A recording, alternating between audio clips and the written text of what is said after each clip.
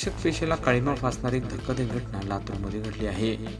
शाळेच्या कामानिमित्त आलेल्या महिलेचा संस्था चालकाने मोबाईल क्रमांक घेतला. त्यावर संपर्क साधून तिला लॉजवर बोलावलं.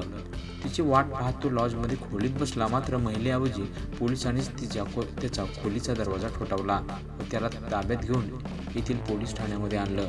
हा धक्कादायक प्रकार समोर घडल्यामुळे लातूर शहरात खळबळ उडाली.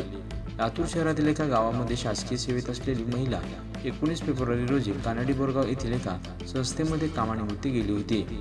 तिथे कानडी बोरगावच्या संस्थाचालक बाबूराव जाधव यांनी ओळख काढून तिचा मोबाईल क्रमांक घेतला.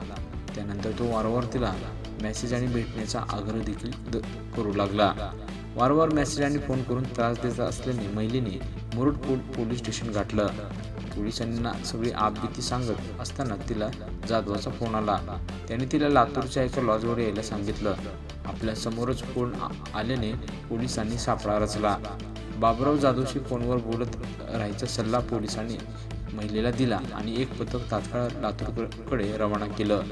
पोलीस लातूरला पोहोचेपर्यंत अनेक वेळा फोन करून कुठपर्यंत आलीच अशी विचारणा देखील तो करीत होता. लातूरला दयानंद महाविद्यालयासमोर एका लॉजच्या खोलीत बसून जाधव हा महिलेला फोन करत असल्याचे पोलिसांना समजलं. पोलीस तिथे पोहोचले आणि खोलीचा दरवाजा ठोठावला. महिला आली असे वाटल्याने त्याने दरवाजा उघडला. मात्र पोलीस दिसताच त्याची घाबरगुंडी उडाली.